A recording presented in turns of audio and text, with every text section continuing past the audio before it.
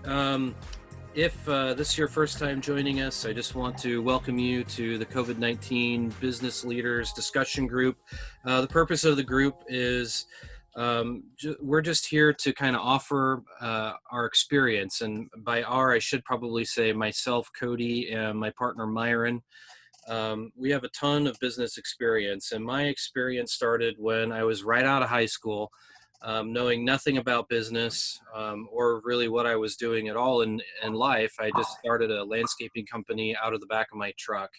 And I started that in March of 2006. And by January of 2008, so not quite 2 years, I had lost my home and pretty much everything that I owned through the market crash. So I went through a ton of hell the first couple of years of my time in business. Not knowing how to operate a business is a huge problem, and it's really common for most people. I suffered from a common dilemma that business owners have, and that is we tend to start businesses in an area that of work that we know how to do. So I knew how to mow a lawn, so I had a truck. I went to Costco and I bought my first lawnmower from Costco.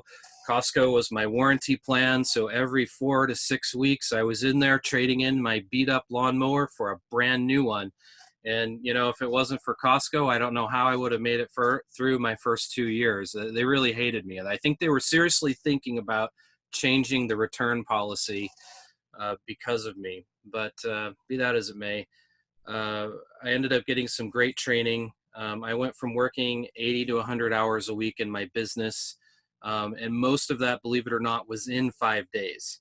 So when you hear 80 to 100 hours a week, you think you stretch it out over 7, and that at least seems reasonable. No, for me, it was in 5 days. And I spent most of Saturday in a coma, just trying to, sleep off the hangover that was not from having a great time on Friday night, but just the work hangover. And I eventually turned my company around and built a very thriving enterprise by systemizing my company and making it so that everything that we were doing in the company ran like clockwork and anyone could do it. And the awesome thing about that is I ended up selling my company to a gentleman that was a UPS driver. So he had no experience with running a landscaping company or really even knowing how to mow a lawn. And he was able to take my company from where I handed it off to him, and he's grown it to even more than what it was when I had it. So those are the experiences and things that we want to bring to the table to help you out, because Myron and I were talking at the beginning of the coronavirus thing. We just knew that there were going to be a ton of business owners that are impacted in terrible ways from what's happening with the coronavirus and the way that it has just shut down the country and it's ruining businesses left and right. Even in my hometown of Bend, there's a legacy business there that was a big part of the community called the Pilot Butte Drive-In. And I know that probably none of you know what that is or even care, but just the significance of it to me is that was a 70-year-old family-run business. And it had been around for years, and it was a landmark. People came from all over the state to eat at this diner because they had amazing food. And they announced that they were going to be closing as a result because they couldn't even handle, this was like 2 weeks into the shutdown. They announced that they could not handle that financial loss on their business and they weren't going to be reopening. So Myron and I wanted to reach out and do what we could to give people a helping hand. So what we're doing is we're providing a little bit of training, and we're also taking your questions to see what you guys are going through and how we can help you through whatever challenges you might be facing that are related to that. So before I jump into the training, I just want to briefly turn the mic over to Myron to see if he has anything that he wants to add. Awesome. Yeah, well, it's a pleasure being back on. I didn't know if I could join today, having already run a 13-hour shift, but awesomely I was able to come on. Kind of going around this whole COVID thing, I think one of the things that's really been on my mind lately is that the vast variety of impact that this has had in the businesses across America. I just saw a list, at least here in our area. I'm from Pennsylvania, and the business lists are starting to come out in the small and medium businesses of businesses that aren't coming back. And that's when it starts to get real. And when these lists, I mean, I just saw an article, the YMCA, I don't know if that's nationwide or just here in Pennsylvania. I was just looking on Facebook right before jumping on here. At this point, they're not sure if they're going to be able to reopen at least the ones in this area. And these are just big community landmarks. And it's just devastating to see that. Now, there's the opposite side of it too. And I told Cody earlier today that today I could have, I think we're probably going to do this in another week or so, is talk about work-life balance. Because what's happening right now is that the businesses that are going strong seem to be over the top strong. Like the filters were pulled out and it's just going nuts. I've been running staff 6 days a week right now. Some of the folks we build products for, we have a woods and plastics manufacturing. They've been bringing crew in at 2 a.m. And some companies are running mandatory 6 days, 13 hours a day. And I was talking to the UPS driver, and he said it's worse than Christmas right now for them. They were increased their mandatory hours from 6 days a week. They have to run 6, and they've been approved, I think, go 75 hours or something. That's up 10 from their highest that they're approved for in the past. So work-life balance is huge right now. There's folks that are sitting at home, can't do anything, and I'm saddened by that. And then there's other ones that are in manufacturing or working in whatever industry, and some of those are just going outright crazy. And I wish we could distribute it out a little bit, but it does seem to be a reality right now. So wherever you find yourself, be encouraged. I really see a lot of movement going on. It's going to be interesting to see what happens in the coming weeks for sure. Helps if I unmute myself. So, all right. Thanks, Myron. Appreciate you doing that. Before I get started, one more quick little announcement that I want to make is I just want to remind you that the content that we bring up in these sessions is generated by the feedback that we get from you. So before we announce a group, there's a form on our website. There's a link for that form in the email that we send out to you, and just ask that you take just a minute, like literally 60 seconds, to jump on that link and just let us know, give us a heads up of what you're dealing with, so that we can try to accommodate that in the message that we have. Because we're giving our time away to you right now, so we want to make sure that we're giving it to the best of our abilities and the maximum benefit for you. So just a reminder, please take a minute to do that in the future so that we can get a little bit more feedback about how we can help you. So today's topic, there we go, that's the word I'm looking for, is really inspired from a conversation that I had with Deli last week. Last week, Deli was sharing about some changes that he was going through in his business that really inspired me to be speaking to this topic. And those changes were, he was committing to setting aside 1 day a week in his business to make sure that he was taking that time to focus on building his business, which is a really important task to be doing, especially now because there's so much opportunity with businesses failing and things shuffling around, that deck changing hands, to be taking advantage of the opportunities that are in your marketplace. So I see Deli, you're on the call down there. I'm hoping to touch base with you shortly just to see how that's going for you, and anything that you might be dealing with in your 1 day a week that you're setting aside to be pursuing those things. And so something that Deli and I talked about was trust, because in order to do what he's doing, it required him to hire some people and trust his people with taking care of his clients and making sure that they got the work done quickly, efficiently, effectively, professionally, and all of those things that matter most to business owners, especially if you're in a service-based industry, because the service industry is intensely relational. If you're in manufacturing, there's a lot of distance normally between you and your clients. But in a service industry, you're face to face, And so you put an extraordinary amount of trust into your people to be able to handle your clients and deliver the promise that you make to your clients the way that it's meant to be done. And so something that one of my mentors talks about quite a bit is that today we are living in the age of the death of trust.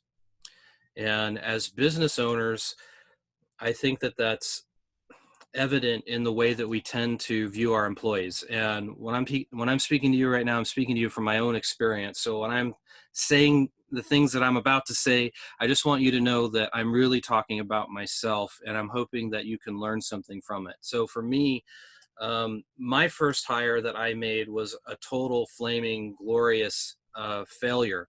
And what happened is I hired a guy to come and help me part-time with the mowing route and doing miscellaneous things. And I knew nothing about business. I didn't know how to hire somebody. I didn't know how to interview, none of that. And so I hired a guy, and he made it 3 days for my company. And it turns out that this guy had an allergy to grass.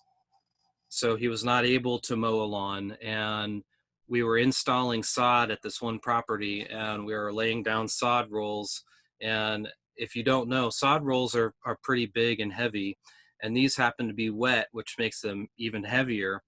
And my wife, who's about 100 and, never mind, we don't say that out in the open. She's a small lady. She's packing these sod rolls around and laying them down in the ground like there's nothing. And there's this guy that I hired who's bigger than me. All right. And I weigh in at 200 pounds. Right. And I'm a big guy. And this guy was bigger than me, and he could not handle it. My wife was out laying sod. And that failure planted a seed of bitterness in my life that I fought against probably for 7 years or more, because it took me a long time to make a good hire. And the reason why it took me so long to make a good hire after that was because I had a belief in my mind that people can't be trusted, and they're only going to betray you. And that to me is what is meant by we're living in the age of the death of trust. Just look at the way we behave right now. We're all suspicious of our neighbors, and we're wondering if people are suspicious of us if we're out in public without our face mask on. Are we going to get in trouble for that or not? One of the things that's really frustrating to me is I like to try to communicate verbally. That's why I'm making all these hand gestures and I lean into the camera and stuff. So nonverbal communication is important to me. And when I'm at the grocery store now, I can't smile at the person that helped me out. So that person maybe did something nice for me, and I can't honor them by smiling as a nonverbal way of saying thank you. So there's so many things that directly and indirectly are impacting our lives right now that are breaking down trust, our ability to connect and communicate with those around us. And it's even worse when you're a business owner and you have a judgment in your mind about the people that you're working with. And so what would happen is I would hire people to come work in my company. And hiring is an act of trust, right? You're trusting someone to come in. And so by default, you are giving them trust when you sign that employment agreement and you invite them to come into your company and work with you. But I was sabotaging the relationship, because even though I was giving that trust to start with, I would immediately pull it away with my belief that people are untrustworthy. And so when people failed, I rubbed their failure in their nose. And that broke what little trust there was between me and my people. And it made it impossible for anyone to grow. It made it impossible for anything to get done. So in my company, there was a revolving door of people in and people out. And what I learned is that the root of distrust is fear. So over time, you get this confirmation bias that you start creating in your life, where your bias is people are untrustworthy. And what happens is it becomes a type of crack for a business owner to be proven right. And we suffer from this problem of I'd rather be right than happy and successful. And so my confirmation bias was massaged every time I fired somebody, because it just proved to me what I already knew, which is that people can't be trusted. And the root of that fear of trusting people and letting somebody make a mistake, is really just my ego getting in the way of um, enabling somebody else to live up to their potential and giving them the opportunity to do things that they didn't know that they could do. So I'm sorry, I'm a little over time. I've got to speed up here. Oh, this is the insight that I had that really changed the way I viewed my employees. And that was, I stopped viewing myself as the victim of always being the one who's betrayed. And I opened my eyes and realized that my employees are just as hurt as I am by people like me. You know, I've been hurt by my employees, but there are way more workers in the world than there are business owners. And there are plenty of toxic business owners like myself that go around making promises and breaking them. And that's what that act of giving trust when you employ somebody and immediately yanking it away from your false belief that no one can be trusted, that that delivers a wound into that person. And after they fail at your company, they just get passed on to another company, and they take the same belief but about me, and they apply that belief to their next employer. So the challenge here, and this is what I'm calling you up to, is to step in and disrupt that chain in your business. Right now, there are literally tens of millions of displaced employees that are looking for opportunity.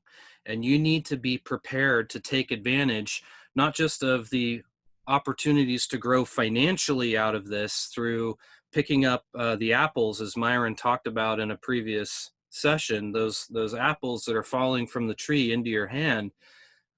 You got to be able to take the opportunity in the labor market too. And you're going to hurt yourself if you go into new employee relationships with that same attitude and mentality of distrust.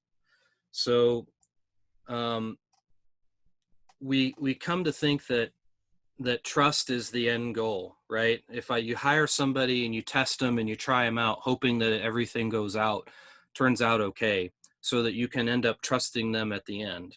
But the truth is that trust is the starting line. You start by trusting your people, even if they don't trust you back, even if they haven't proven themselves. You got to lead with trust, because if trust is the starting line, you have to ask yourself, what's at the finish? And what I found at the finish is something that's far greater than trust. And it did far more to benefit my company and my customers to end with this result rather than trust. But you can only get to this particular result if you're willing to trust first. And if you're willing to trust and you put in the time and the effort, what you end up with in your people is loyalty. And loyalty is only proven through failure. Loyalty is only proven by going through a tough thing together. So loyalty is the objective, but you have to begin by trusting your people. You have to look for opportunities to trust them, and you have to be willing to fail with them. And one of my mantras in my company was, that I told my guys, was, there is no mistake that you can make that we cannot fix together. And no one believed me until one day the guys were out working, and it turned out they showed up at the property and half the lawn was dead. And what had happened was, the week prior they had been out on the property and they sprayed some herbicide on the grass, and they'd killed about 10,000 square feet of lawn because they thought they were using broadleaf instead of Roundup. So they showed up, 10,000 square feet of grass is dead. The customer was mad as hell. It was an apartment building, so it was a very visible spot on one of the busiest intersections in town. And right across the street was a property that I had been knocking on the door of for years, trying to get the contract for. And I show up to see what's going on because I'm getting all these phone calls that the lawn looks terrible. And I found out the whole thing was dead, and it was just crispy dead. There was no bringing it back. And at first, the guys denied that they had done it. And I had to address that. Of course they're afraid. They're like, what's going to happen to me? But this is that moment where the crap hits the fan, and you've got to prove the trust that you're putting in your guys, because I can't be out there to, physically be on 5 different crews all the time, making sure that they don't make little mistakes like this. I have to trust them to be able to do these things on their own. So I showed up and I'm like, what's going on? They're like, we don't know. We didn't do it. And I had to take that moment to just be like, you know what? It's okay. We're here together and we can fix this. So I bought some lawn paint. I spray painted that lawn green. It looked great within an hour, and we overseeded it and we fertilized it. And within 4 weeks, that lawn looked better than it ever had.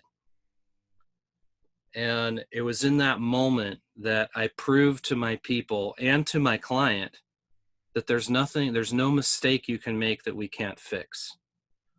And by not killing my guys, but going through that journey of failure with them and proving to them that I'm a safe place as long as you're a decent human being and you respond back with, I'm sorry, and yes, I'm learning, and I'm not going to do that again, right? But that's the thing, is that when you're leading with trust, people's own actions are going to show who they are, and their own actions are going to take care of themselves. You're not going to have to be riding them. So look for opportunities to grow with your team through failure, because loyalty is only built by going through the tough times together. And that's my topic for today.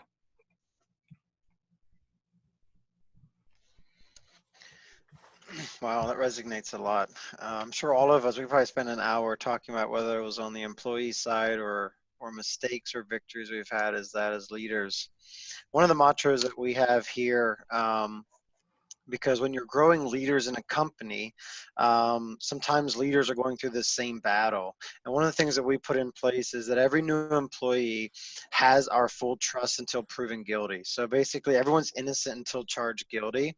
And it really has changed our mindset when someone comes in the door, because as soon as we believe that they have to prove first before I can trust them out of my eyesight, or worse than that, because I've been Cody times 2, unfortunately, in some cases, where basically I didn't trust anyone, and so that continued to deteriorate the relationship, of course.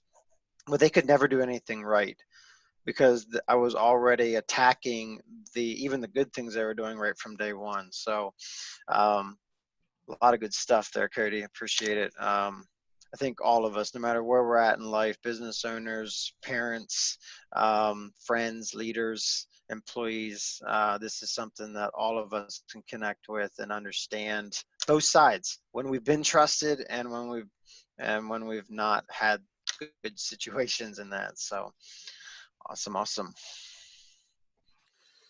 Yeah. So on that note, Deli, are you available for a minute? I don't know exactly how much time we have left. I think we have 10 or 15 minutes. So if I could get you for a minute just to check in and see how your business is going this past week. Maybe I need to unmute you. Hang on. Yeah. Nope, you're good. Can you hear me? Yep, there you are, man. Yeah, good to see you guys again. And yeah, I had a lot to think about and a lot to put to practice. But my business has grown since I talked to you last. Awesome. And I took a couple days off this past weekend, trusted my guys to finish my mowing and start out this week. And they did a great job.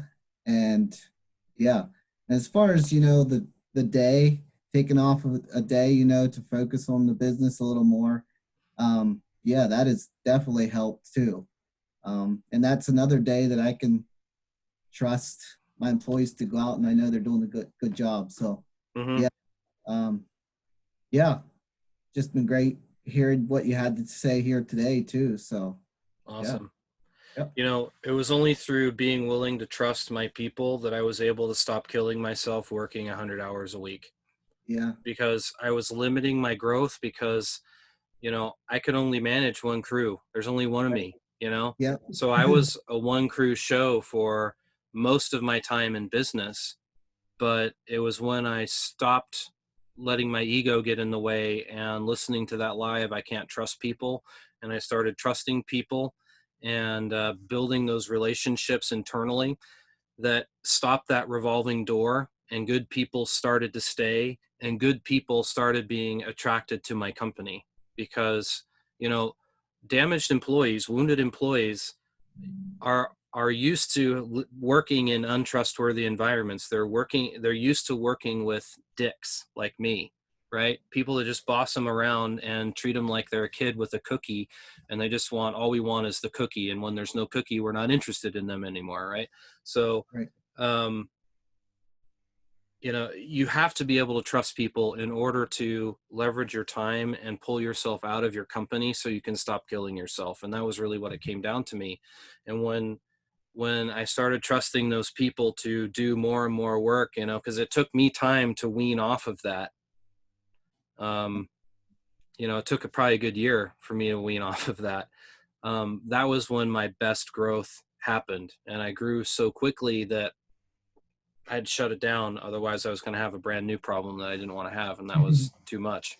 Uh-huh. So, yeah, keep it up. So if we can just maybe bounce in just a little bit. So what have you done anything in affirming the work you've been seeing them do, and how has that gone, or haven't done a lot of that yet? Yeah, I haven't actually talked much to them since I got back today because they were busy and then they left already. But since the last meeting there with Cody, just thanking them and just yeah, and I think just letting them go.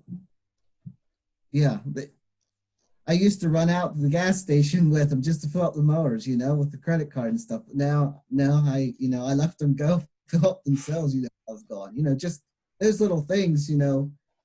Just letting loose a little bit. Yeah, I think meant something to them, and it helps me to get over the whole trust thing there. Like we talked there last. So that decision alone is boosting their morale. So just some of those decisions you've made, literally, I don't know if they're men, guys, young or old, doesn't really matter. They feel like they've been empowered. They have the like, it's like, yeah, we can do this now. I mean, we got the credit card, and in their minds, and unfortunately, I would have been the guy going, yeah, they got the credit card, but, and I've had the but word, just drop the but, and just keep that but out of there. And, because you can watch the transaction. So it's not like they can get anything over your eyes, right? Like, it's like, dude, I mean, 24 hours from now, I'm going to know you screwed up and you bought a candy bar or something, like, basically. So what do I have to worry about? And so based on that, and, I used to do this on tracking time. I'd watch everyone's time cards like a hawk. I mean, I haven't looked at a time card in probably a year and a half. I'd have no clue. Like, it's just, but when in control, and so that's where it comes in. So this control thing, as you continue finding freedom in this, just keep letting more and more go. What I would say is this on the affirmation. I'm not a big affirmer, unfortunately. It's a real job for me. Meaning that some folks walk around and affirmation just drips from their tongue, like, dude, great job, and they're just high-fiving everyone. My culture where I grew up and all that, I'm not blaming my culture, I just didn't really get into that.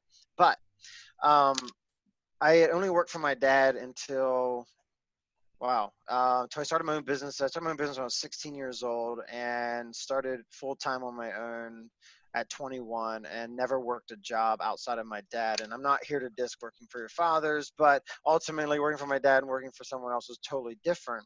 And what I found in that is that I went and did an experiment working at Outback Steakhouse as a server for 11 months, just about a year and a half ago, just to experience what it felt like to onboard in a corporate environment and work inside of a corporate environment while running 3 companies. So it was a crazy time in my life.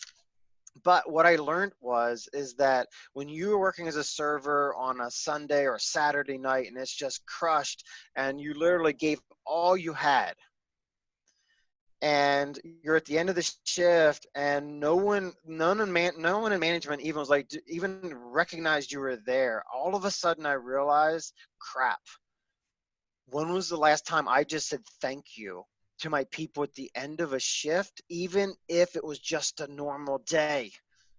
Mm-hmm. And so it's just become a new practice for me. I try to get around to everyone, or as I see them, if I'm around. If I'm not, I just try to do this throughout the day. Like, hey, thanks for being here today. They didn't have to come in today. And we're like, you know, a lot of times as business owners and leaders are like, what do you mean they didn't have to come in today? We hired them. That's their job. No, they didn't have to come in today. They chose to come in today. They chose to be on this team. And just that choice alone is worthy of a thank you. They owe us nothing. We owe them everything. And when I changed my mindset and was like, I owe them everything, they owe me nothing, my mind and trust in all those things just totally changed, and my world turned upside down. Aside from that, my other thing that I would start to encourage when you can and when it's appropriate is drop the $100 handshake, man. You want to see that next level of like literally over the top. I had one young guy that kind of helped us through COVID, and I just dropped I dropped this time. I didn't do I didn't drop a handshake. I dropped a card, just a quick thank you note, and I think it was $150 or $200 of cash in it. Man, oh man, has he been crushing it the last 3 weeks now since then. And nothing more than a thank you, because he didn't open it right away, but he was like, hey, thanks. But his attitude changed. Now, he was already a good worker. He's been doing a phenomenal job, but just that little token, he's not, I mean, he stayed till like 7 o'clock last night, just to help a guy get out the door with his product to Louisiana. And that's because just that little bit of not just word affirmation, because we can affirm. I've seen false affirmation as well. Oh, you're doing a great job, when really they needed corrected, meaning they needed maybe some corrective criticism and saying, dude, I think you need to like be here on time. Dude, you're rocking it. No, you're 20 minutes late today. Like, no, there's a balance in it, but that we can still thank them for being there. So keep it up, man. You're going to soon be on a 20-hour work week, bro. And that's not just an egotistical sit at home on your recliner, but you're going to continue growing that company. And as you continue to see the impacts of people leading, you're going to be like, why didn't I do this sooner? Right. And it's okay. Be okay with that process. And now you see a taste of it. It's like, it's like an animal on blood. Just allow that to continue to feed you. Like, dude, I want to give them more. What can I give them more, and empower them to that next level? And don't be afraid. Right. They're going to screw up. They're going to have dead yards, hypothetically. They're going to kill some grass. They're going to make some really big decisions that are bad. But it's that how we respond to that. And that's something I wanted to talk about as well there, what Cody brought up. And that is just biting our tongue, backing away, and then coming back in with that fresh view and saying, dude, yeah, we screwed up. That was a mistake, but how can we make this not happen again? Mm-hmm. How can I help you through it, and et cetera. So good job, man. Proud of you. Yeah, the objective is to be a coach to your people, and whatever you can do to build that relationship with that $100 handshake, or just smiling and telling people they're doing a good job, and thanking them, thanking your people. Always thank your people, because they're making a sacrifice too to be working with you. So be thankful for that. Okay, I feel like we really need to move on. Dana, I really want to get to you, but I want to bring in a new person that's here first. So hang in there, because I want to check in and see how your business is going. I want to call up Jared Stevenson and check in with him and see how you're doing. And Jared, just so you know, this is an active group. So we try to pick on people to make sure that everyone's getting involved and has a chance to contribute. All right, man? Perfect. I have a problem with speaking, so. You don't anymore, man. That is not your issue. My business partner, Dave's here with me as well. Don't be bashful, Dave. Get on the camera, man. He doesn't like being on camera. I just basically run things from the background. But honestly, I can't agree with you more in your opening about loyalty and about trust, because in order to grow a business, you've got to have those. There's millions of employers out there that our employees can be at, but they want to be with us, and they'll go the extra mile if you do the little things with them. And that's part of what Jared and I are working through, is to make sure the opportunities are there to take care of their livelihoods. In turn, it takes care of our livelihoods. Dave chases down and shoots a lot of my squirrels that run sideways when I'm trying to focus. So it's a good working team. We started off with Dash Masters, which is we have an electronic repair business for repairing electronic circuit boards for vehicles, specifically the gauge clusters. And then this last summer, we did a massive demolition project where we had like 27 guys working at one time up in Portland, multi-million-dollar job. And during the COVID-19 thing, we had just 3 weeks before started into a brand new location with our electronic business after being back from Portland. And the phones all of a sudden stopped because we work for dealerships and shops and even independent private party people. And so the phones just stopped. We're like, okay, what do we do now? And my brother had been just hobbying on a garden bed design that he has been doing for a couple years. And I asked him, before this even got going, before the COVID-19 thing came, if I could bring it down and just kind of do it in my own little garage, just to make a little extra money. And it exploded so fast, I couldn't handle it in my garage. Actually, the HOAs kicked me out. And we've done about 38,000 in sales in the last 30 days, hired 4 people. And so it's just absolutely exploded.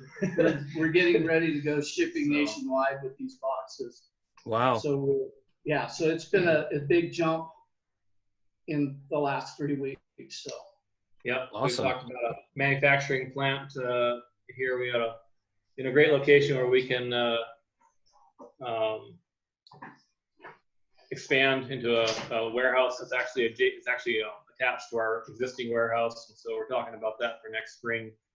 And so we're here to gain some knowledge from you guys and just see, we're looking to get trademarked or patent or whatever we need to do. I guess this would be a question for Myron and I here, because you do the furniture business and probably know what I'm talking about protecting your product that you make, or however you got to do that. I'd love to hear more about what you guys do to kind of keep your product ideas safe. That's what we're looking to do, and we haven't even officially really even started a brand or business name. I have rebranded the electronic business, so I do know a little bit about that, and we've done a bunch with that. But this business is so new; we're still looking for ideas and ways to expand and make it more of a production plant than just a small business. So. All right. Wow, So yeah. your question basically is about trademarking your brand or your products. The product specifically, brand is good too, but I think in this case it's going to be our product. We have a specific design that's very easily duplicatable, and it's very simple, yet it's very sturdy, and it's very eye-catching. It's not something you see around anywhere else. You see items that are close to it, but this particular one is very well done, and it's just something that just pops. So. Okay. All right. So, Myron, I'd love to hear your answer. And just a reminder, we do have a limited amount of time, so we'll try to keep it somewhat short but effective. Okay. So there's 2 ways of addressing in life. I mean, we're Woods and Plastics Manufacturing is one of our companies, and we ship a lot of different products, design a lot of products, private label build, and etc. So if this was a wooden product and you came to me on the East Coast and said, hey, we want you to build it, we take your recipe and build it. What happens is this, and I don't know the design, so I'm going to speak only from a generalized piece, generalized overview. But in the space of patents, we have none of our products patented. I basically use this concept, basically build a strong brand and run like hell. The concept behind that is that patents are good and they're full of holes. So all you have to do is change one thing and things like that. So what I say is this, what I hear just happened is that you have to stop and get all caught up in how to protect it. You're going to actually lose more ground possibly than what you're going to get by just running like crazy while the going's good. So I can take this offline. I'm more than happy to talk with you a little bit about this and help you out. Like we're on the .com space, and we actually cut products for another company in the planters side of the business in a wood and cedars product, and their spring has just been out of this world. I just was talking tonight. We had a .com that went live with us with our products last May this week through the end of the year. We have done the last 30 days what they did from May 30th until December 30th of last year in 30 days. Nice. And so basically what I would suggest is, and again, unless I see some pictures and et cetera, not to copy you, but basically to help you through with it to see whether or not it's worth of that, or whether or not it's basically go nationwide. And I got connections with brokers. I've got connections with basically .com connections. We're on the Wayfairs of the world and et cetera. And it's basically just run like crazy because the first to market is the first to win.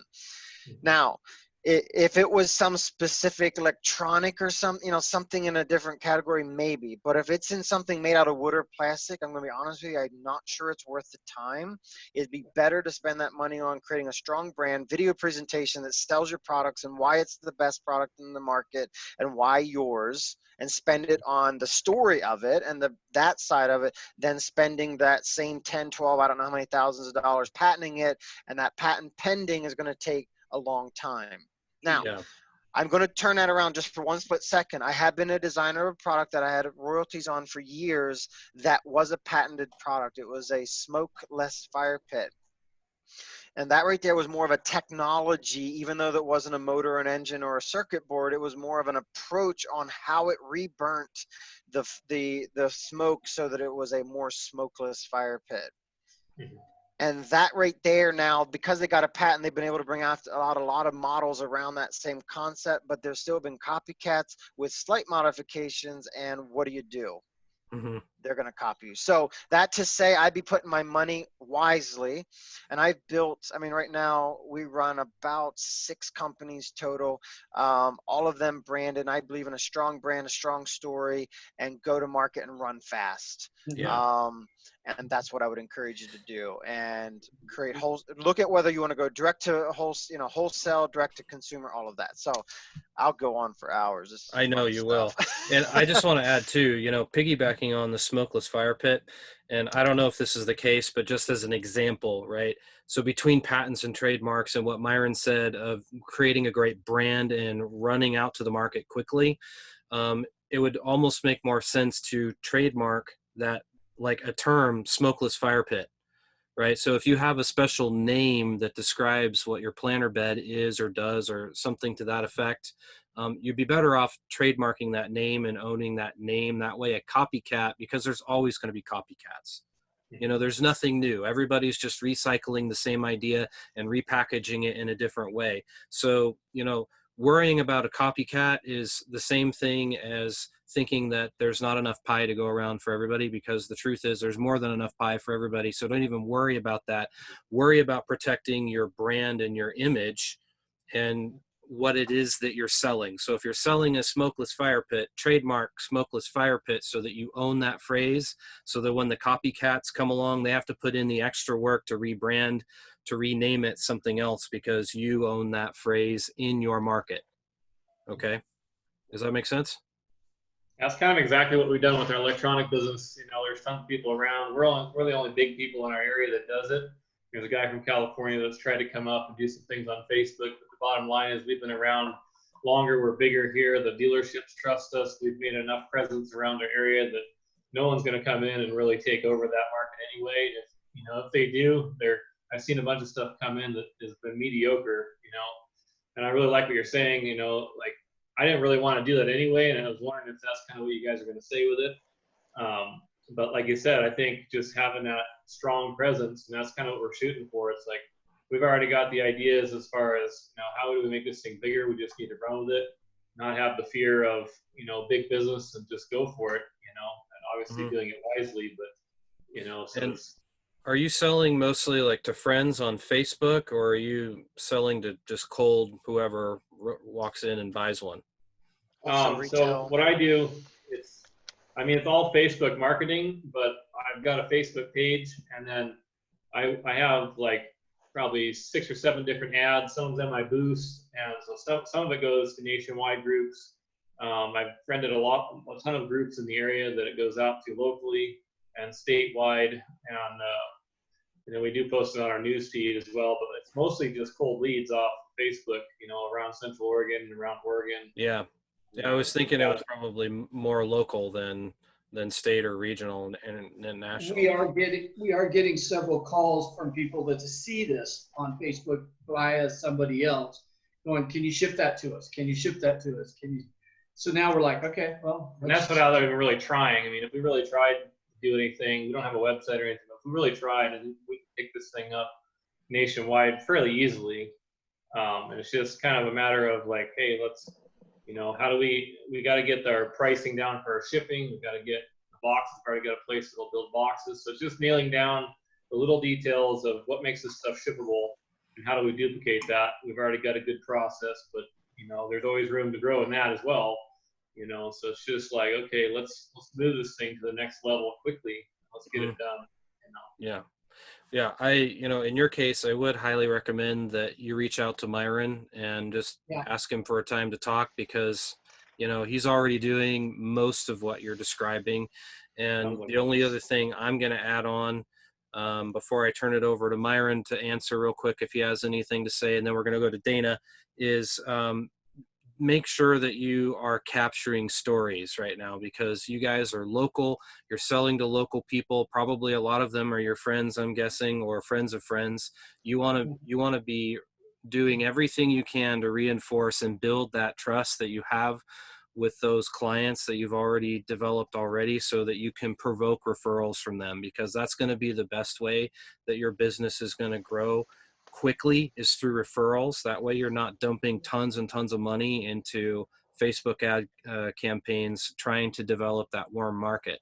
I'm not saying don't do that too, but I would spend most of my time in your warm market trying to get referrals and get people to talk about it, share their stories, get your people to post their own pictures about what it looks like on their patio or however they're using it. So that way that's on your Facebook page and people are able to relate to it that way. And that way trust is already built into the relationship. All right, real quick, Myron, do you have anything to add? So that's great advice, Cody. Awesome advice. The biggest thing is without a brand, it's hard to hashtag it back. Yes, so exactly. that is where the brand is going to become imperative, so that we can Instagram and hashtag it and etc. Right. Is it a knockdown or a pre-built product? I'm not going to answer all the questions around that. I just want to is it set up in a knockdown, or does it have to come as a full pre-built product? It can come as either a knockdown, or it can come, it should come as a knockdown. Well, if it's being shipped, yes. So I'm in that whole space. I mean, we're shipping furniture all over the United States. I've shipped through Wayfair, all of that. So basically what I would say in that is focus your time. This is what I want to drive home is this. Well, you just told me you need to focus your time on assembly instructions, on getting stories, on getting all of that stuff, because that's what's going to help this thing grow faster and quicker. But when you ship a product and they don't know how to put it together, or it's not easy to put together because there's not instructions or consistency of the way it puts together. I learned the hard way. Trust me. I brought in automatic foam machines. Now I've got all kinds of stuff going on now. The .com space, which means anything that gets shipped, I call .com business. I don't care if it comes straight to you.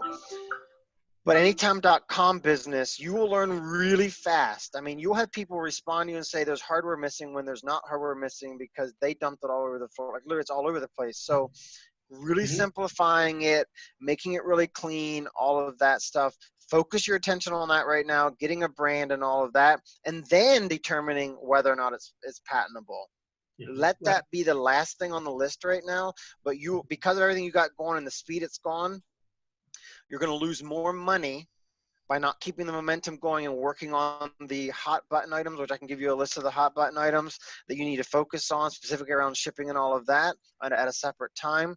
But that's how you're going to make money and that's especially because you've already proven it's not like I got $1,000 of sales. You have enough for me to say, here's the exact strategy to take it to $1 million. Yep. Okay. Because we went from a company that shipped over 90 pieces of furniture with 3 SKUs literally in the last 30 days off of one.com. And if we would have it on 3 right now, we wouldn't be able to hold it, right? So there's the possibility. And if you want to get into the wholesale market, I can take you nationwide. Basically, That's what we want. That's what Okay. we're here for. Yeah, so we'd like to meet with you offline. Okay. Awesome. Cool. All right. Thanks for coming. All right.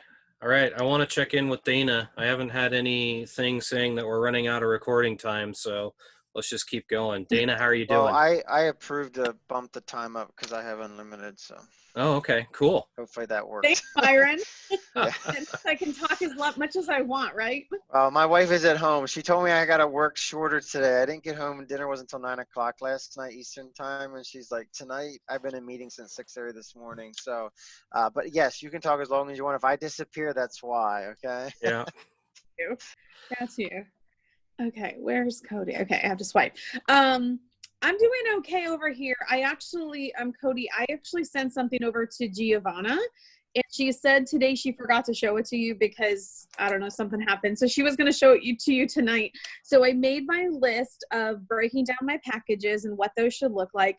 One of my questions is, I'm trying to give people a break. Like if they want to be a biweekly client or a weekly client, I want to give them a small discount perk just to be, because I'm going to see them more versus like say once a month. But this is what I ran into already one problem. I implemented, I think it was 2 weeks ago or 3 weeks ago. You're like, hey, don't waste your time on doing quote appointments and going out and seeing these people. My landlord actually reached out to me and said, hey, I have a home that needs a move out clean before new tenants move in. And I says, okay, my prices start at $250, and I start it down I do a quote basically because I want to see it. How bad is it? And she says to me, oh, it's not that bad. They were really clean tenants. Mm-hmm. So I said, okay, then I'll do it for $250.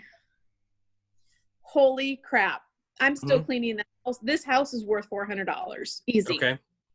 So I feel almost like screwed over thinking, crap, if I ditch this opportunity of doing quote appointments, I mean, I'm basically underquoting myself at that point.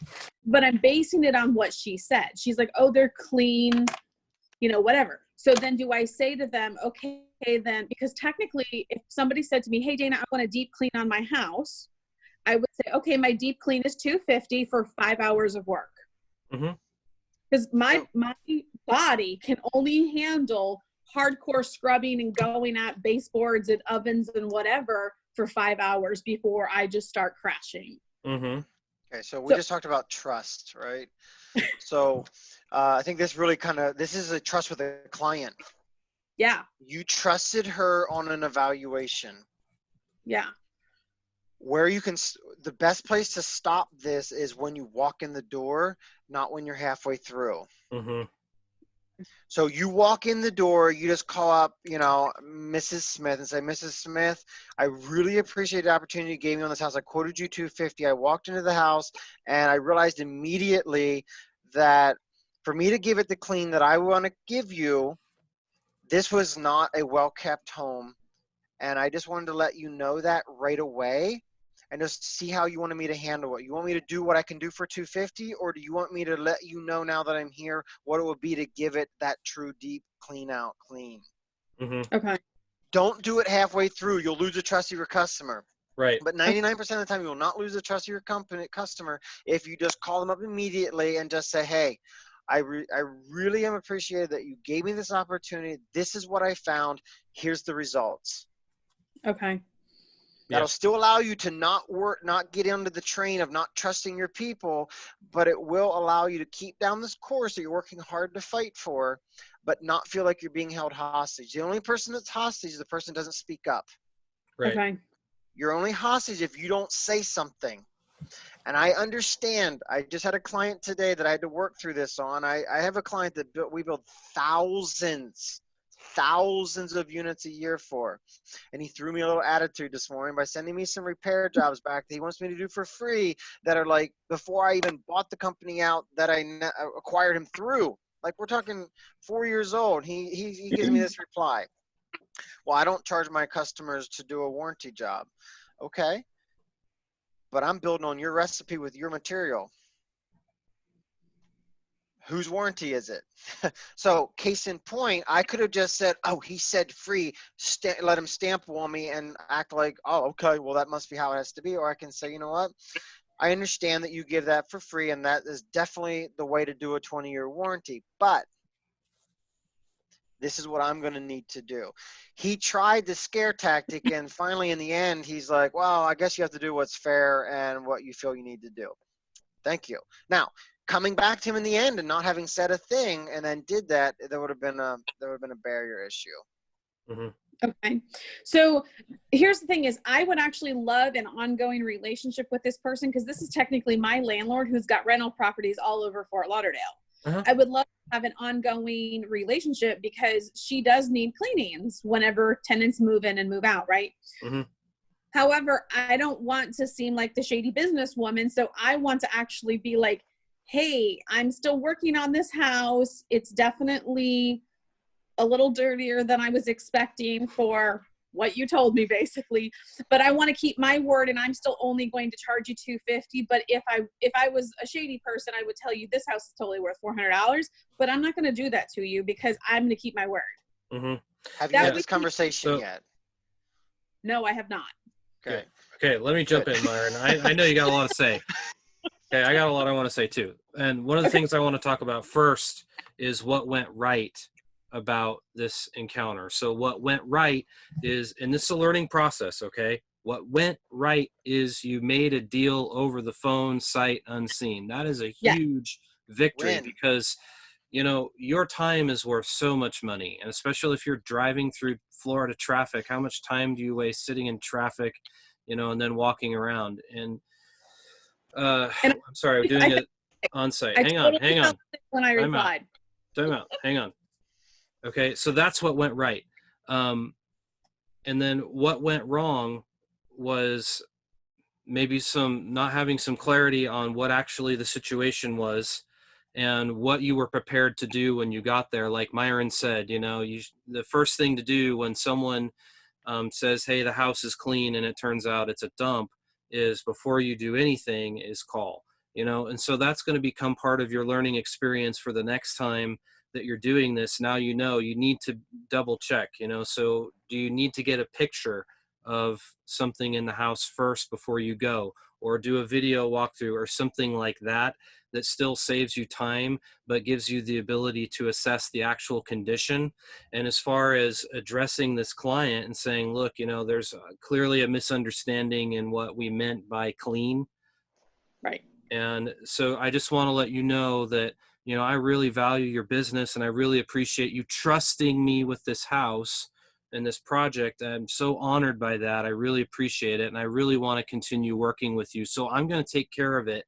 But just so you know, moving forward, this house is really worth this much money if I'm going to clean a house in this condition again. All right. Yeah. Please, I would suggest not using the word shady.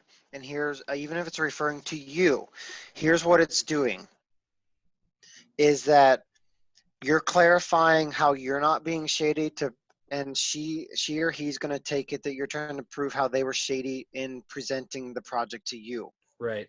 So it's really, really careful how we use the words. And I think what Cody just said pretty much is what I would repeat. What I would say is this. I wouldn't even say, sometimes I wouldn't even say the word worth. I would just basically be a house this size in this condition, I would normally charge $400 for. Okay. I just want you to know, just so that you understand how I rated the house. And the reality is that she may not have been in this before it was moved. Who knows when she was in it last, right? So we don't know. I mean, I have rental properties too in Tennessee. I have rental property. Like I was in Texas when my house went empty here in PA, and the guys that went in go, oh, it was horrible. And I'm like, oh, last time I was in it wasn't that bad. Like, oh no, it's horrible now, right? So their view of horrible or good as a tenant, meaning she seemed probably horrid, right? And so to her, the levels of horrid are very different. And also she may not be expecting what you're delivering. Yeah, she might Right. not It's be really expecting important. equality. Right. It's very important when you're done, before you maybe even say, you know what, I would still say what you're going to say, and then say, what I'd love you to do though is give me feedback on how you feel how the job looks, right? Yeah, Because that confirmation. Okay. But just don't use words like shady. Don't get her to right. feel bad, because she might. If it was me and I said that, because I would be the guy to do that, like, oh, it's pretty good, it's just a clean out, up and go, right? The deep personality, on the run. It's not bad, dude. Go, yo. Right. And then you show up and you're like, crap.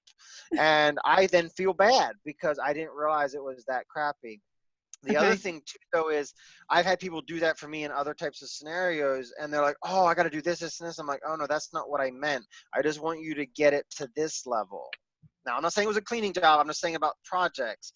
And they're like, "Oh, okay. Well, I was going to do this, this, and this because I wanted to impress you." Because see, sometimes we're our own worst enemy. Sorry, my cut off finger up in the air. We're sometimes our worst own enemy, and the worst own enemy is that we have a level of perfectionism that we think that everyone else lives by. They don't. Yeah.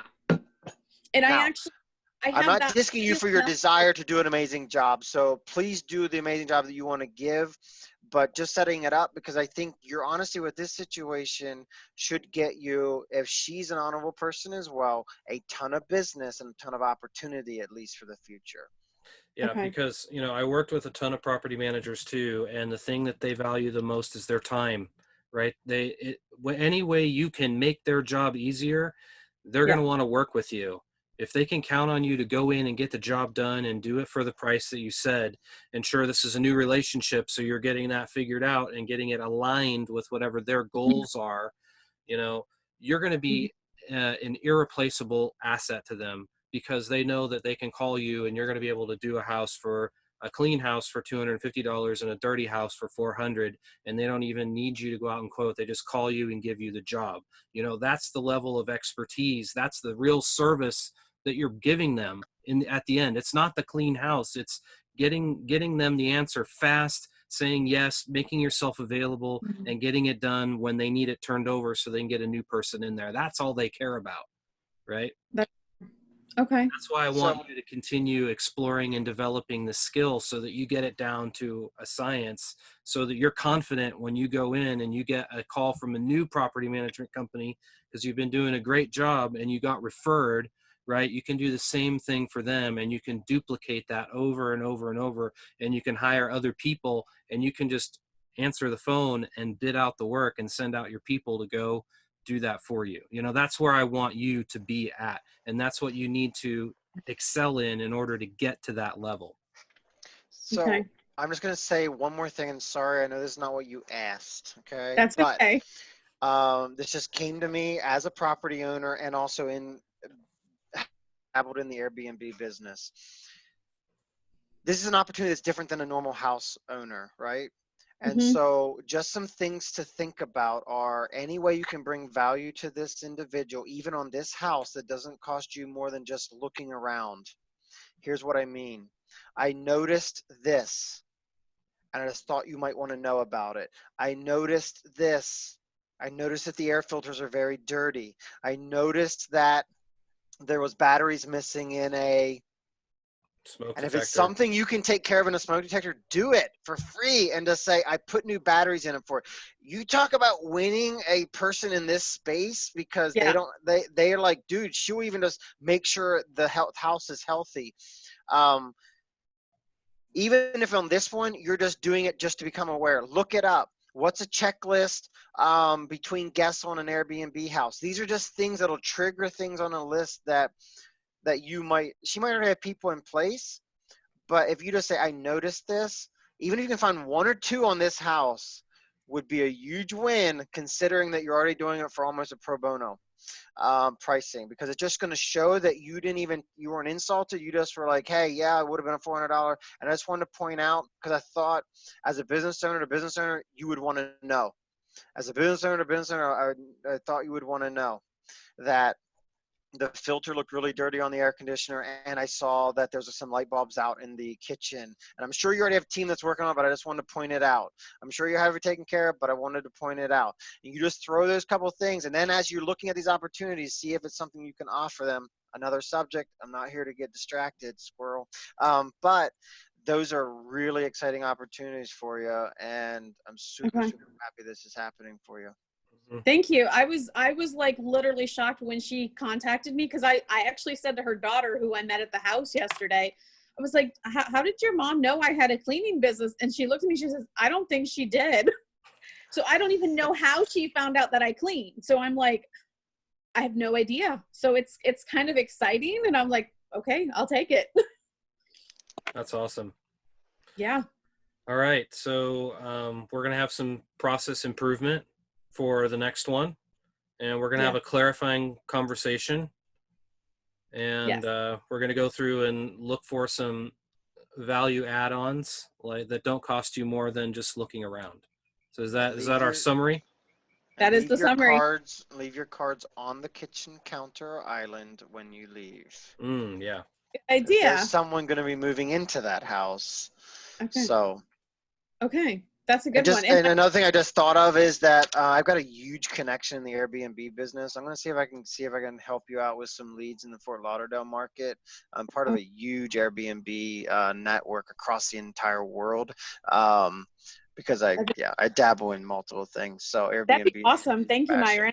Yeah, and that's repeat business, and they're hiring cleaners every single checkout, and they're looking for this type of service. They're looking for people that'll make sure that these different things are in place, because it's kind of like a hotel experience modified. Right. So there's a lot of business in the Fort Lauderdale area, and I will post some stuff up hopefully yet tonight and see what I can have happen. Awesome. Thank you. Yep. Awesome. Good talking to you, Dana. Nice talking to you too. But does everyone still have time? Just a thumbs up, or do we need to call it a night? All right, cool. All right, Sean, I don't think we've talked to you in a while. Let's, what's new? Oh, hang on. You're on mute. There we go. My bad. Sorry about that, Sean. Oh, you're still on mute. There we go. Nope. We're fighting each other. There we go. Not much. I'm just I'm loving the insight you guys have. I'm a solopreneur, so I'm exploring ways on what I want to do in the future. I'd love to get to the point where I can have passive income, where it's not me out there trading my time for money. Mm-hmm. But I haven't really figured out what niche I want to get into yet. Well, not necessarily niche, but how I want to go about doing that. I had a construction company in the past, and I don't really want to get that involved again. I want to stay as simple as I can. So I enjoy partaking what in is this it that you're doing? All your ideas. I'm a technician for window and door manufacturers. Okay. And we travel full time, so that's what I've been doing. And I also do RV armor roofs on RVs. Awesome. All right, so you're basically an independent contractor then? Yes. Okay. And so you are caught up trading your time for dollars. And is there opportunity for you to bring on other people that you can have go work the jobs for you, or how do you get more work through these people that you're subbed through? No, not with what I'm doing. I mean, I don't think there's opportunity for that. I've been, up until all this happened, we were considering getting into putting some money to work for us with rental houses and getting into that, but kind of reluctant to do that at the moment. So kind of sitting on things. Yeah, I'd be waiting for the bottom. Yeah, exactly. I'm a carpenter, and I had a construction company before, but like I said, I want to keep it simple. I don't want to get into doing that again. So. Right on. Yeah, so I think that my encouragement is keep loving life, number one. I've been coaching another individual, and he was about he got laid off during the COVID in the industry that he's worked in for years and loves. And he called me and he's like, hey man, he's like, I'm looking to take this other job or opportunity, no matter what you're going to look at it. And I said, is it in your space? And he's like, no, but you know, it's a job. And I said, I get it. And I'm not disking that. But what the reason I deterred him from it was he was looking at becoming a partner in the business. And I said, do you love the business? He's like, no. And I said, not really. He's like, I mean, I would probably learn to like it. And I said, well, that's like buying a house that you don't like and hoping you'll like it somehow. So if these other opportunities are giving what you need for now, continue maybe making a list and saying, okay, if I could do whatever I wanted, what would it be? Mm-hmm. I'm in passive real estate. We have houses in Tennessee, and yes, they're doing well. We've not had one slump in payment on any of our rental properties, knock on wood, up to this point in time. So COVID has not impacted that. Depending on where it is in the price point of the homes, yes, that could be a negative sign, or it could be a negative impact. I've got tons of ideas, but not to push my idea on you, what I would say though is just start making lists. If you see something, you're like, wow, that's a cool product. I mean, here we just heard from Jared on a product that, you know, they're making, but there's a possibility that you can literally be just the middle person between someone like myself that owns a company that does woods and plastics manufacturing. You can say, here's a wooden product that I've dreamt up and I'd love to have made, but I don't want to do the building. And I just shipped 100 and some units yesterday, private label for a company that I think he's 70 years old. He had this idea for a product, has no desire to make it in the world, but just sells it. We take care of everything else for him. And I'm not trying to put a plug in for myself. What I'm saying is there's companies all over the world like this. And so if you see something, if you dream of something, if you start sketching something, that does not mean you can't be what you want to be in that circle. That's a good point. So I see everything as an opportunity because there is someone like myself that's stupid enough to do it for you. Just kidding. But no, everyone's in a business for a different reason, right? And so that's where you can connect with the strength of someone else on something that's passionate and also passive, because if that can be sold online and you can do it from anywhere in the world, and that's what matters most for you, and you can do it anywhere in the world. I mean, you know as well as I do, as a full-time RVer as well, or lives in an RV full-time as well, I get that community. I understand what they're trying to get out of. I just got back from a 3-month trip overseas, all those types of things. And if you can still do what you want to do in that business, even, could be a win. For sure. That's a great point. If you don't want to put out cash at outrageous levels, but you want to get in the real estate business, hit me up. I've got a tip. And that's all I'm going to say. I like to put out little baits, but there are opportunities inside of the rental business without having to buy the property. And I'm part of the group. I got it, all the ins and outs on it. If you want to start dabbling with it, checking out markets and etc., there are some ways to maybe dabble with it and whet that appetite to see whether or not it might be of interest for you for the long haul. Mm-hmm. All right. I just want to piggyback off something Myron said, just to clarify. You know, now is the time to be making sure that you're doing what you want the way you want to be doing it. You know, and if you are, you know, doing some independent contractor jobs and that's covering your costs and you're comfortable, but you're wanting to be able to move on to something else and start building something for yourself and something that other people can do, now is the perfect time to be, you know, asking yourself, who am I and what am I passionate about? Because great companies, the best companies, are built on passion, not purpose, right? So if your goal is to make a business about yourself, that's making a business about purpose, and purpose is subjective, and it's subjective and arbitrary, and it just changes all the time. So make sure that you're moving forward and identifying what your passion is, and you're following that, because more often than not, we're told that our passion is stupid and it's a fairy tale and it's a fantasy, and you can't do anything with it. And so we waste our life pursuing purpose. But the truth is that if you want an endless fuel and an endless fire that's going to drive you to do more and more, not necessarily in time, but achieving higher goals, right, and inspiring other people to come along with you in that journey, then you need to be creating a business and creating a product or whatever around passion, because people get excited about passion.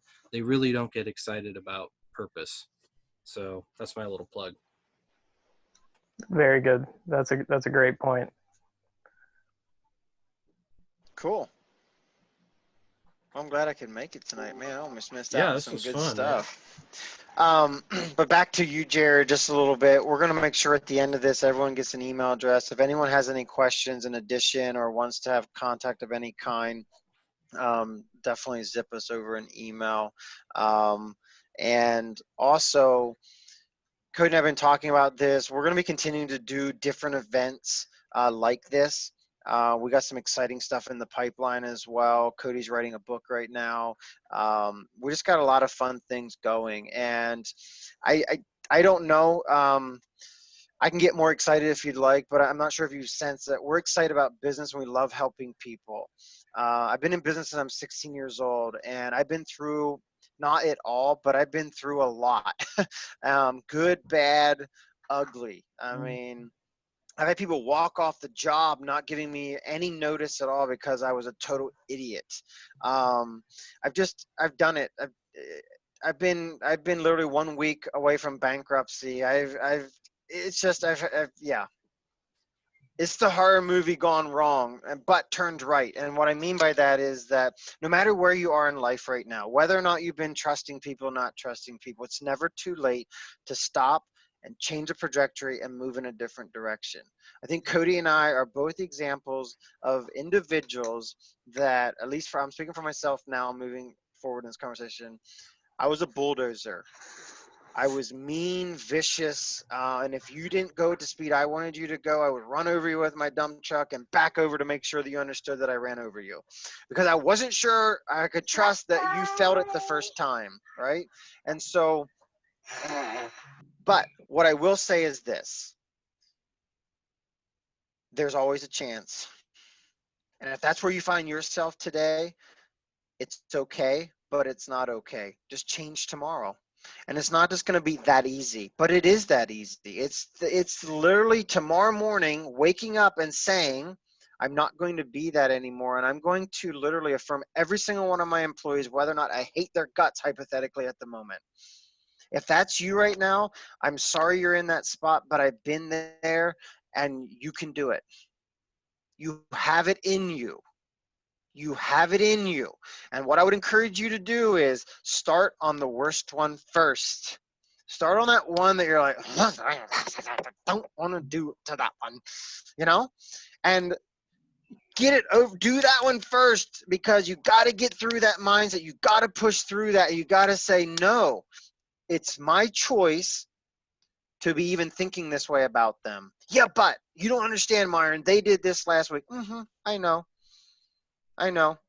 They probably cost you $5,000. I just put $7,000 in a piece of equipment because someone told someone that they didn't need to turn the RPMs different on a machine. $7,000 on a spindle. Now, did I handle it all internally right? Nope, not at all. Externally, I think I did a pretty freaking good job. Okay, but internally, I took that battle and I beat we had really harsh conversations and we battled it out, but I just didn't do it with them. So even though you make the choice, Deli, someone's going to run, they're going to run the truck into a pole. They're going to do it. It's not if, it's when. It really is a reality. Someone like myself did something with this finger that I would have been upset if someone else did it because I wasn't following the protocol that I had placard right at the router, and that's know where your finger is at all times. Took off the fingertip because I was in a hurry, not obeying my own guidelines. But I had to look into myself and go, dude, I can be as upset at the world at myself as I can choose to be. But if this would have happened to someone else, how would I be responding right now? And that's the stuff that'll kick you in the butt and be like, wait a minute. Because it's always easy to forgive yourself, or sometimes not always, but you get my point. Like, it's always like, yeah, but I've got excuses on why it happened, because there was 3 people waiting on me, and it was Friday afternoon, and this and this and this. It's excuses. Stop it. Because that individual that ran into a pole, the person that got their finger in the router tomorrow, whatever it is, they're living the same life as you are, just in a different way. I'm not meaning to redo the topic, sorry, but I'm just really excited about this, because it doesn't matter where you are right now. It's okay. You got it. Okay. Number 2, and I'm gonna let Cody wrap this up. We're gonna keep doing some events. What we need your help is this. We got so much exciting stuff coming, because we weren't planning to do this as an outburst of COVID, but Right. pivoting is amazing, right? So you see us in, like, we don't have shirts, and we got a lot of stuff wrong. But what we do have passion about is business and helping people all over America and this world. Because small business is the future. No matter what we feel is happening around us, small business is the future of tomorrow in America. The world, it really is. It doesn't matter where you are, anything. Small business is that. We need your help, if you find this to be any value at all, to share with your friends. Now, I know we've been doing some impromptu because we have some crazy schedules and all of that. I would like some feedback. A lot of times we've been doing this at 11 o'clock in the morning. We switch this one to 5:30 in the evening, at least Eastern time. We need a little bit of feedback on whether or not this is a better time, or if there is a better time in the day that works better. Because if you know there's a better time, we want to know about it so we can make it better for you, and so that you can share it with your friends, your business partners, anyone else that you know, because we want to see this group grow. Because we're planning to do some really cool accountability groups where you're in a group with a couple people and we get raw and dirty and we really get in, and it's not recorded for anyone else but the people that are in that group, right? So I want to make sure that we're bringing the value. Right now you're getting it for free other than your time. And we want to make sure that we're continuing to improve in what we're doing, and grow our skill sets and etc., to give you guys even a better experience, and that you guys want to bring folks. But ultimately, even more than all of that, we want you guys to get results. So if you can do us a favor, share what your results you're getting out of today. You're like, dude, tomorrow, man, I didn't yell at a guy that literally needed yelled at. You're getting results, guys. Share them with us. Now, I would, hopefully we can get some better results than that, but that's still a win. For some of us, like myself in the past, not yelling at someone tomorrow is actually probably one of the biggest wins, because it's retention. Yeah. But no matter what that is for you, we care about the wins, and we even care more about your struggles. Okay? So it doesn't matter day or night. Cody and I are available, esky, kind of meaning we're here for you. And so if you have a question, you have an issue, even if it's just a quick, hey man, we're here for you, and we mean it. And so there's no question too small, too big. And yes, our time is limited because we all have a lot of things going on, just like you. But we care about each one of you that much. Cody. Awesome. Thanks, Myron. I really don't have anything to add on to that other than thank you so much for your time. Thanks for coming.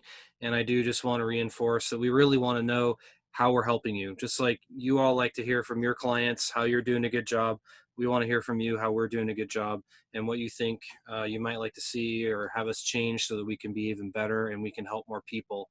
And we're really looking for some new faces to come and join us for the next group. So if you are thinking of someone right now that you think really needs to be here, could really benefit from that, would really appreciate the referral and the invite link so that they can come and attend our next session. Those links are in the emails that we send out through our mailing campaign, and I'll probably talk to Myron about putting it on the Facebook page too, so it's easy to share. Yeah, and Dana just made a good comment, and this is how I apologize about right now. The last minute notices are unacceptable. I didn't say it. Unacceptable.